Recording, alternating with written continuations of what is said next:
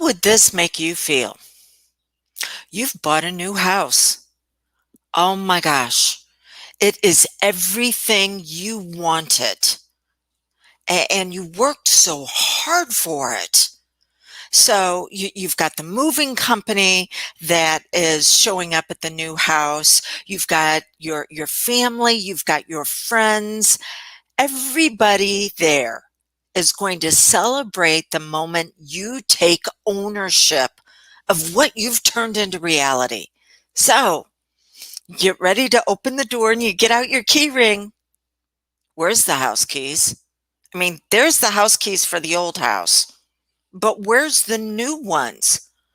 Oh my gosh, when you exchanged them out, did you get rid of the new ones on accident and kept the old ones? That happens quite frequently where the subconscious will say, well, that's not familiar, and it'll throw out what it was actually supposed to keep, and what it was supposed to get rid of winds up staying.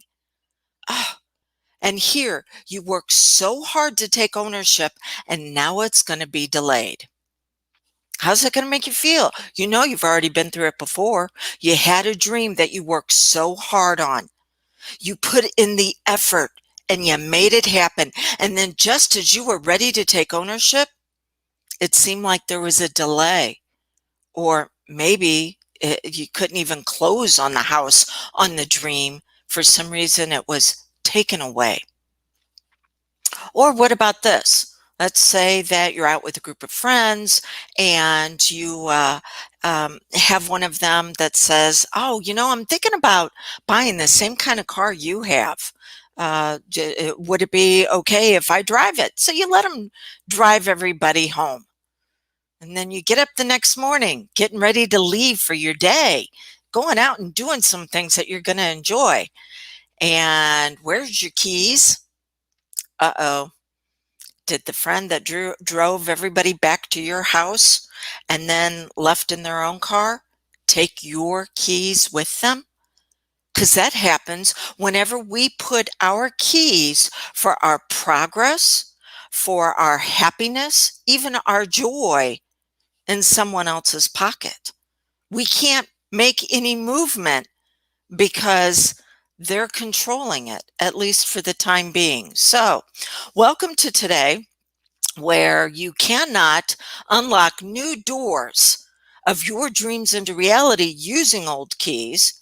And you certainly aren't even going to be able to make a lot of progress if you put your keys in someone else's pocket for your happiness. If you're brand new to my world, Dawn Ferguson, I'm a certified hypnotist, as well as an instructor and a rapid results coach. Woohoo! You don't care about the initials behind my name. What it means is I know how to take you from where you are to where you want to be as quick as possible. In fact, same day results. You must get same day results if your subconscious is going to continue to support you. Not same day resolution, but at least results. And why is the subconscious so important? Because it runs all of your habits and patterns, and success or failure is simply a repeated habit and pattern. So we're going to be talking about your 3 keys today. Key number 1 is going to be, does it give or does it take away? See, your greatest key is your ability to choose. We're going to talk about how you're choosing, you think, but in reality, the choice was made 7 seconds before you ever came up with your answer based on your past. So you need to upgrade that, or you're going to wind up not having the keys when it's time to take possession. Key number 2. What are you going to do when you get triggered? Because the triggers are going to be there. They are not going to go away. But based on key number 1, you're going to have the ability to choose what it brings out in you. And then key number 3, what are you in harmony with? What are you congruent with?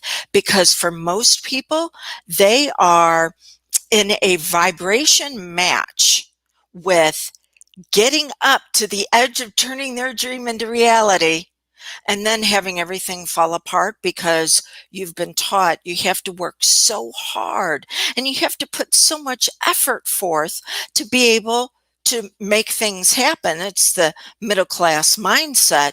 And so just as things are getting ready to be a little bit easier, your mind, just like allowing your friend to leave with your keys in their pocket or throwing away the new ones and keeping the old, your mind will always go to what's certain, and it will go to, no, it's getting ready to be too easy. We need to make it harder. By the way, if you have joined me live and if you have any questions on what I'm sharing with you today, please give me a shout out in the comments and I'll do my best to get them answered right away. Okay, so key number one. It is also the number one universal law.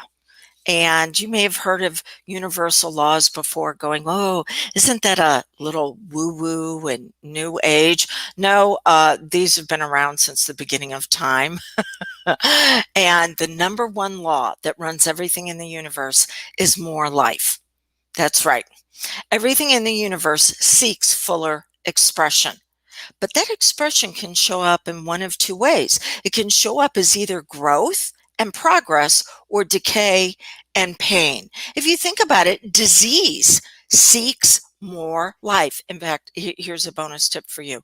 There is one thing that is more viral out there than any germ could ever aspire to be, and that is emotions, feelings. Within 1,000th of 1 second, you can catch an emotion, a feeling from somebody else. That's how fast they travel. That's faster than you can blink your eye. And emotions always seek fuller expression. So either growth or decay, progress or pain. That is the number one universal law. Everything seeks expression through that. We are the only life forms that we know of that get to choose how we want to express that. So whenever you're looking at a dream into reality, well, you want to ask yourself, does it give me growth? Or does it give me decay? Now, you can say, well, if it's a dream, of course it's going to give me growth. Are you sure? Have you picked out a dream that will give you safety instead of security? See, safety says I need to be dependent on other things outside of me to be okay. So what if that dream doesn't come to fruition? What if it doesn't happen the way you thought it was going to happen? Are you going to then go into a victim mindset and go, oh, no, I knew it. See, good things never happen for me. Or are you looking at your identity and saying, who do I need to become in order to make this a reality? And that way, if the reality doesn't come to fruition the way you thought it would, it's still absolutely magnificent because it brought you out at your best, at your brightest. It activated your brilliance. So is your dream something to where it's really about you and who you need to be, that the revelation knowledge of what you already possess that needs to come out? Or are you dependent upon the things around you to tell you you're okay? See, if your dream is based in dysfunctional certainty, you will always be looking at things outside of you to make it okay. I was chatting with a family member over the weekend, and we were talking about somebody else and their latest round of what is it that Drew says? Better living through chemistry, aka more plastic surgery. They're not okay with who they are unless they're doing these things to change what's on the outside. You know, true beauty is simply an externalization of inner harmony, which is the reason why I said, key number 3 is, what are you in harmony with? It's not what's you're in harmony with on the outside, it's on the inside. Okay, so is the dream you're wanting to turn into reality based on you bringing yourself out at your very best?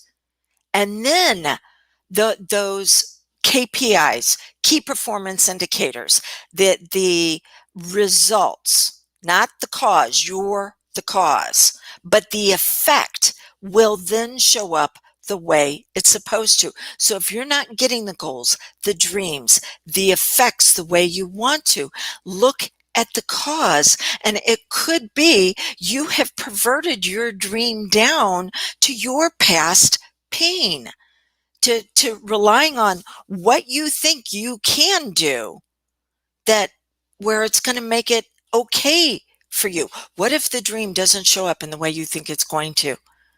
Can you still be okay with that? All right.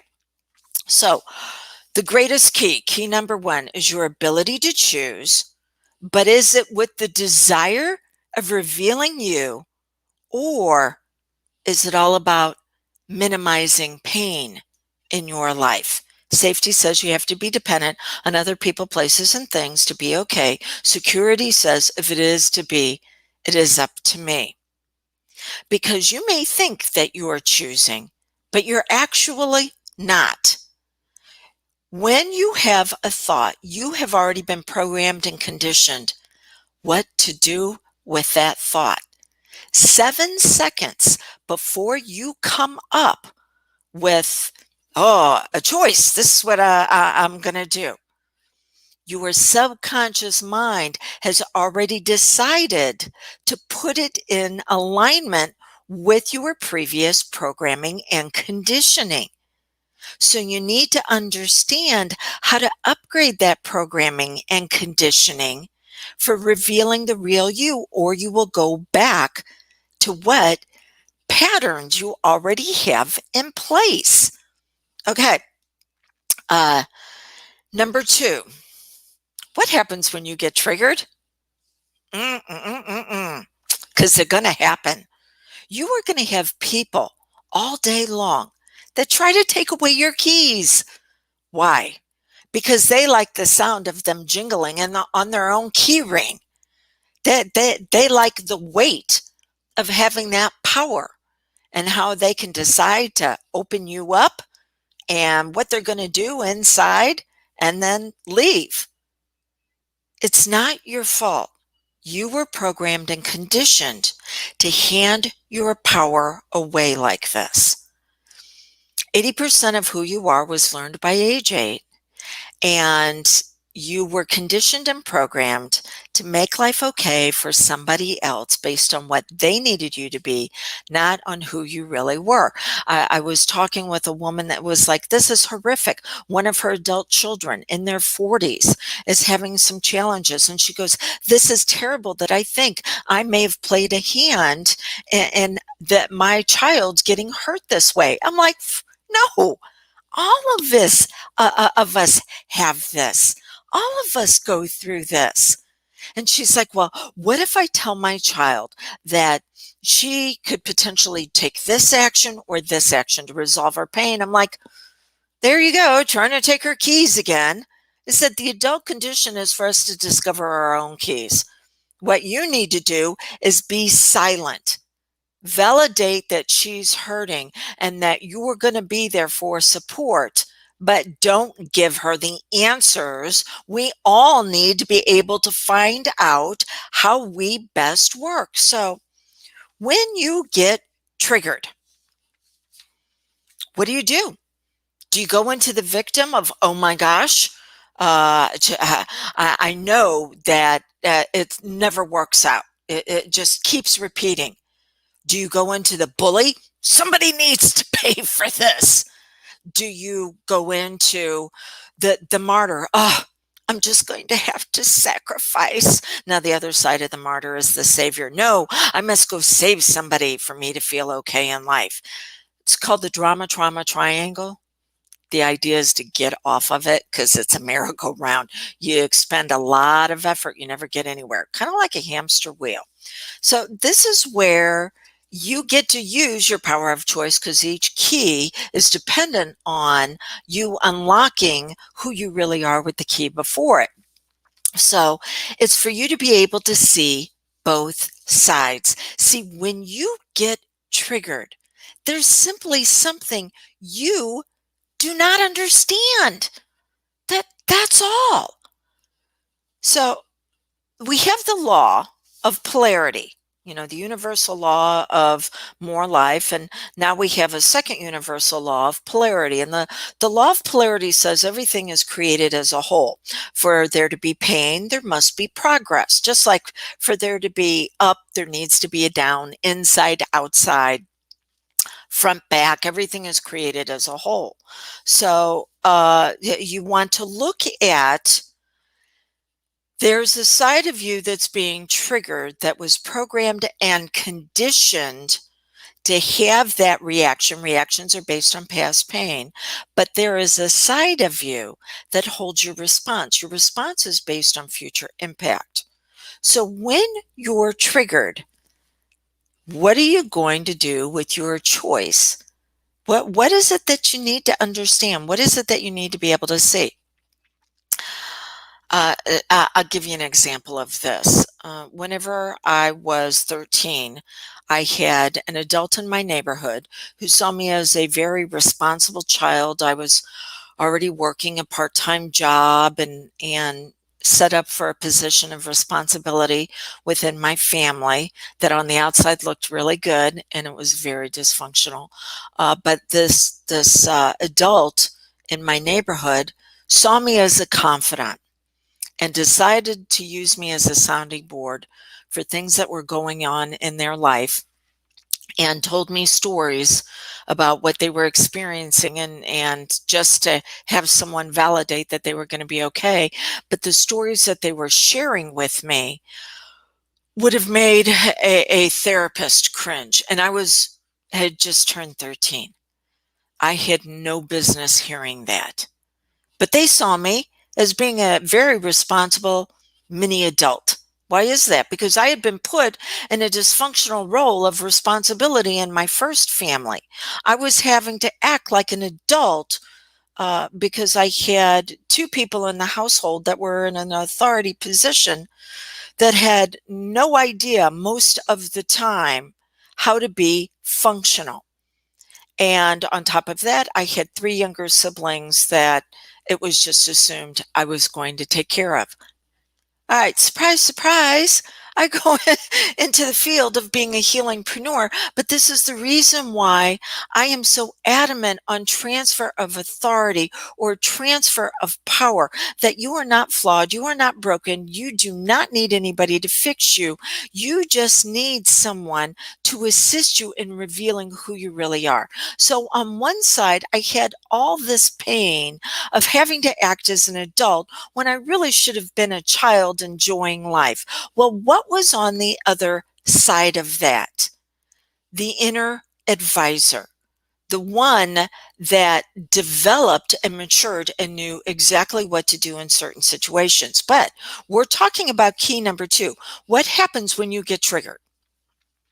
So I needed to change an insurance policy here recently, and worked with an agent, and they're like, yeah, okay, we're upgrading you. It's got it all taken care of. And I said, what about canceling the old policy? And they said, you know what? We've got this. I'll take care of it for you. Sunday night, something wakes me up in the middle of the night. And I know whenever that happens, I need to get real quiet because there's some sort of revelation that's going to come through. And I'm thinking, and my dysfunctional babysitter, which is what I call the part of me that was the 13-year-old that was groomed in a very unhealthy way to take care of adults. And how did that show up? Oh, I went into a marriage where I needed to be a dysfunctional babysitter for my partner. I was in careers where I would be promoted really quick, but then I would pervert that promotion back to my previous pain of babysitting. And I wouldn't allow the people underneath me to grow and flourish into who they could really be because I needed to be the dysfunctional babysitter. That's the part that kept getting triggered.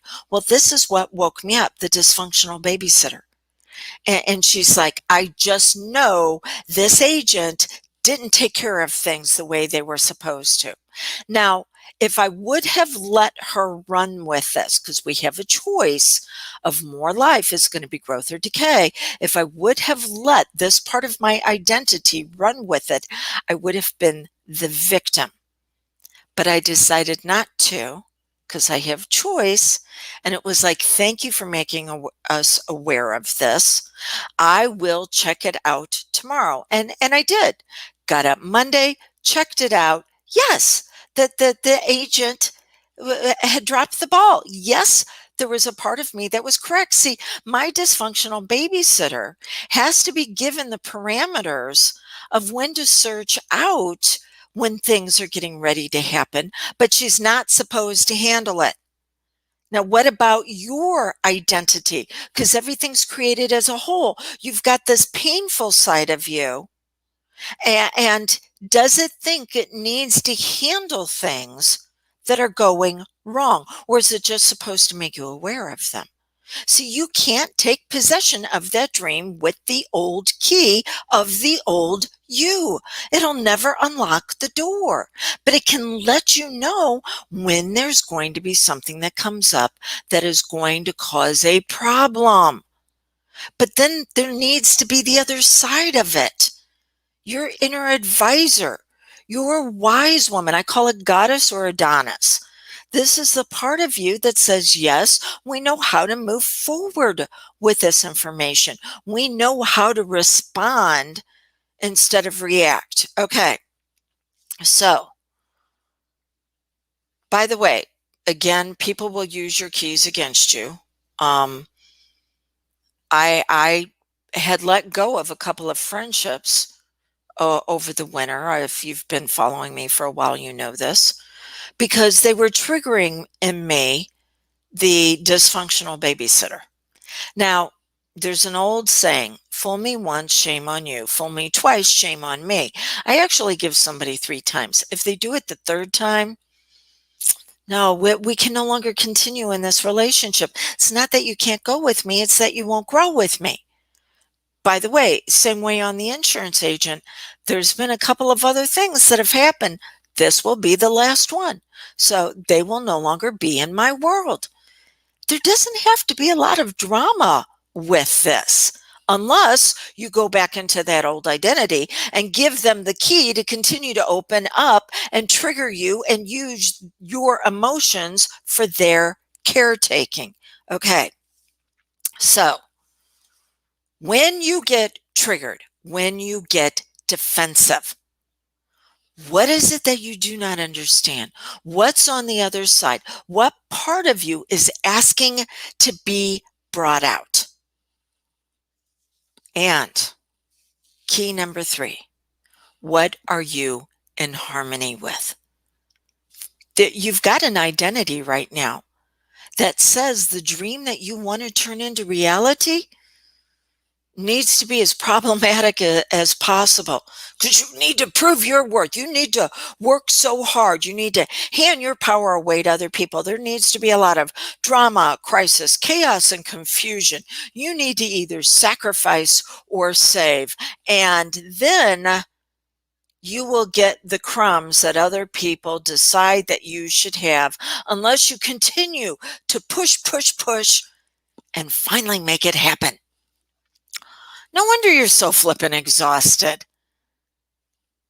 It's because you're using a part of you that was programmed and conditioned to make life easier for others at your expense. And you're using that immature side of you to show up in an adult world. So what do you need to do? We need to go back to key number 1. Does it give or does it take away? And how you've been choosing for certainty.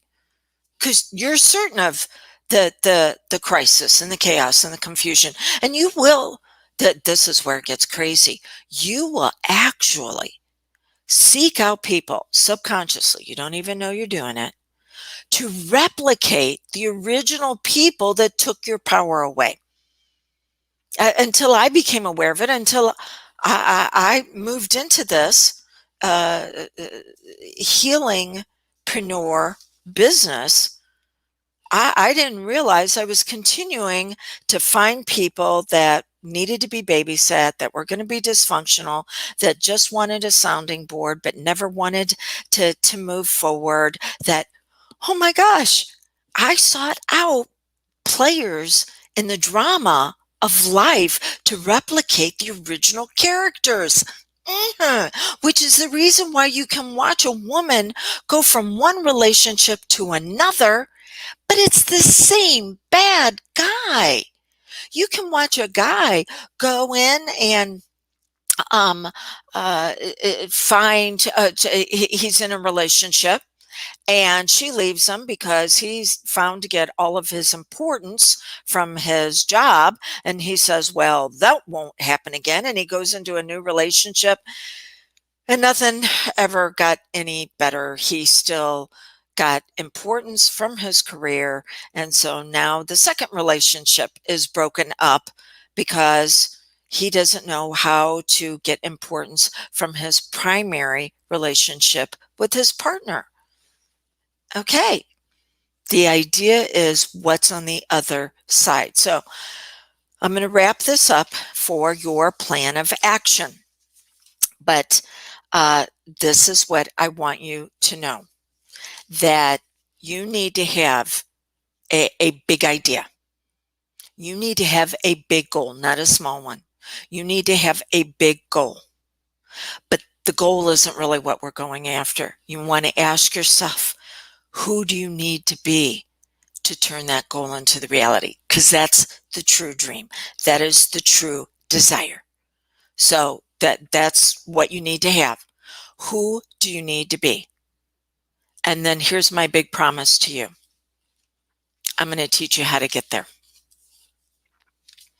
Go to drewdawnferguson.com/2021. And you're going to see Success Summit 2021, where for the first time ever, I am going to be revealing the system that I teach other certified hypnotists and I use with my own private clients to take them from wounded to wealth. These are the keys to the kingdom of you. I will teach you. Now, as good as that sounds, it's not going to be for everybody, which is the reason why you have a complete guarantee that lunch first day, you decide it's not what you need, then you just let me know and you'll receive a full refund. So drewdawnferguson.com/2021, because you need a system to break that 7-second rule. Because right now you think you're having an original thought, and actually what that thought is doing is it's just keeping you in line with your previous programming and conditioning. Okay. Now let's go back to your 3 keys and your plan of action for your power with them. Key number 1, choice. It's the greatest gift that you've been given. So are you choosing for certainty, or are you choosing for revelation? The real goal isn't outside of you. It's the dream of who you need to be. Key number 2, when you get triggered, when you get defensive, what is it that you do not understand? You're seeing the experience from the part of you that is your pain body. You're not experiencing it from the part that is progress. And then key number 3, what are you in harmony with, congruent with? What are you in a vibratory match with? And unless you've upgraded who you are and do that consistently, you're in a vibratory match to bring about characters, people, places, and things to trigger you. And you think you're making a choice, but it's based on pain avoidance instead of progress producing. You can do this. I believe in you. But belief actually takes 91 days to develop. So until you can develop it for yourself, borrow mine. I look forward to seeing you at Success Summit 2021.